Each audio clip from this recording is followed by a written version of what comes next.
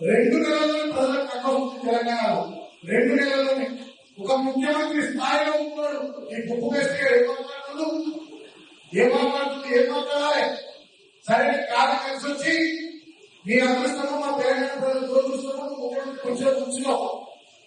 గతంలో చిల్లరగా లెక్క, పోటీగా లెక్క, అలవాగా లెక్క మాట్లాడిన నువ్వు ఇవాళ నువ్వు కూర్చున్న స్థాయి, పదవిని బట్టి, విలువను బట్టి పద్ధతిగా మాట్లాడాలి.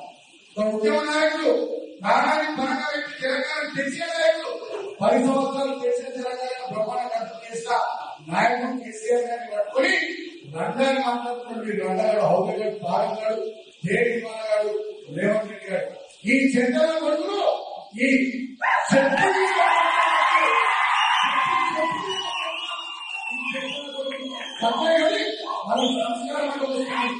మనకి సంస్కారం కూడా వస్తుంది. బిడ్డ పునర్గా రేవంత్ రెడ్డి గారు కొడుకు ఖబర్దార్ మా కేసీఆర్ ఉంటే